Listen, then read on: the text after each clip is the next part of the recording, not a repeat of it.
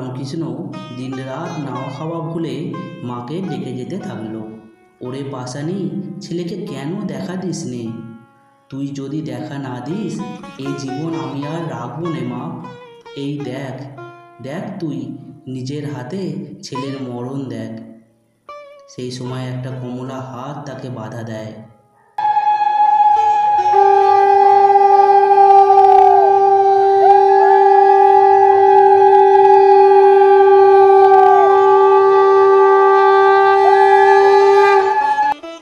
জ্ঞান হারিয়ে মাটিতে লুটিয়ে পড়েন তিনি। মায়ের দর্শন লাভ করে।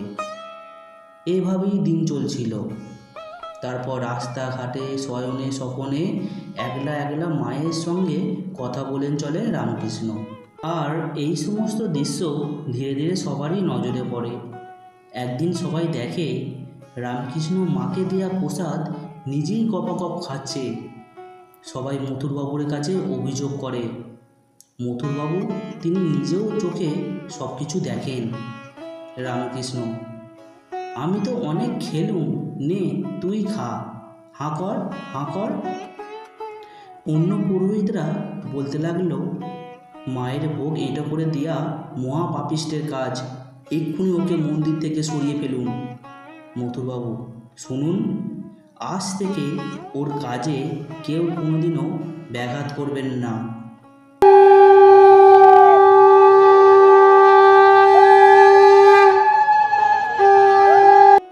একদিন হৃদয় মামাকে বললেন, মামা, দিদিমা চিঠি লিখেছেন, তিনি এবার তোমার বিয়ে দিতে চান। রামকৃষ্ণ: মায়ের আমার পাগলামি গেল না রে হৃদয়। তুই মাকে বলে দে, জয়রামপাটি মুখুজ্জে পরিবারে আমার বউ রয়েছে, তাকে আনতে হবে।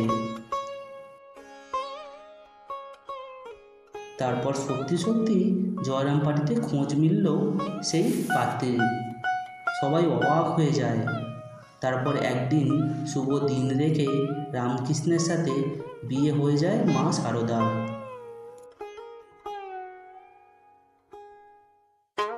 বিয়ের পর প্রায় 1 বছর 7 মাস কামারপুকুরে কাটিয়ে রামকৃষ্ণ দক্ষিণেশ্বরে ফিরলেন।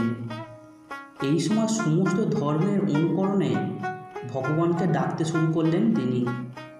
সব কিছুর পর তিনি বুঝলেন সার সত্য, ভগবান একজনই, তবে তাকে ডাকার পথ ভিন্ন। তারপর দিন রাত চলতে থাকলো তার সাধনা। সব ধর্মের মানুষের কাছে পরমহংস নামে পরিচিত হলেন।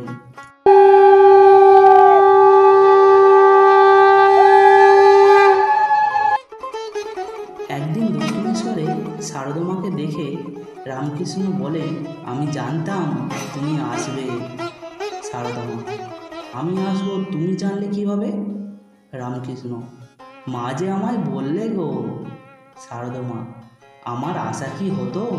পথে কি জ্বর, এক অচেনা মেয়ে আমায় সেবা করে সারিয়ে দিল।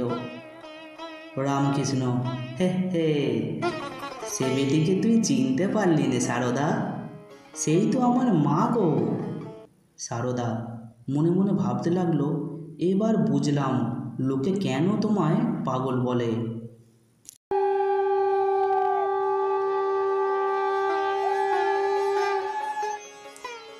সন্ধ্যাবেলায় হৃদয় সন্ধ্যা আরতির কাজ নিয়ে যখন ব্যস্ত, রামকৃষ্ণ: ওরে ওরে হৃদয়, আজ তো অমাবস্যা, ভালো দিন, আমার ঘরে মায়ের পুজোর আয়োজনটা করে দে দেখিনি।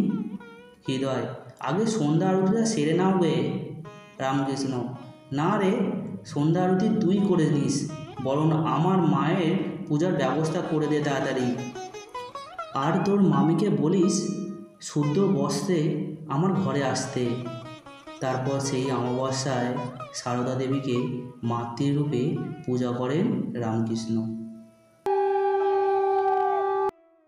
সেবার কলকাতায় এক গানের আসরে নরেনের গান শুনে মুগ্ধ হয়ে ওঠেন রামকৃষ্ণ।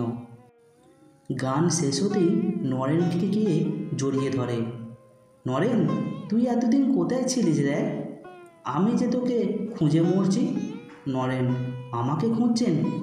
বেশ কিছুদিন পর নরেন খবর পেলেন পরমহংস তাকে দেখতে না পেয়ে ব্যাকুল হয়ে পড়েছে। নরেন গিয়ে দেখা করতেই, রামকৃষ্ণ, তুই পারলি এতদিন আমায় ছেড়ে থাকতে?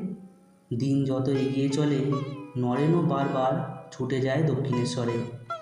রামকৃষ্ণ, তোকে না দেখে আমি শান্তি পাই না রে। আমায় ছেড়ে কোথায় যাস নে।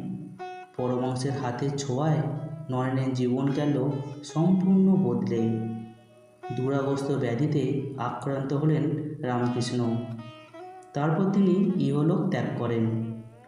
তার সুদক্ষ শিষ্য নরেনই স্বামী বিবেকানন্দ হয়ে তার চিন্তাধারাকে সারা বিশ্বে ছড়িয়ে দিলেন। আমার গল্প যদি আপনাদের ভালো লেগে থাকে, অবশ্যই আমার চ্যানেলটিকে লাইক অ্যান্ড সাবস্ক্রাইব করবেন। ধন্যবাদ।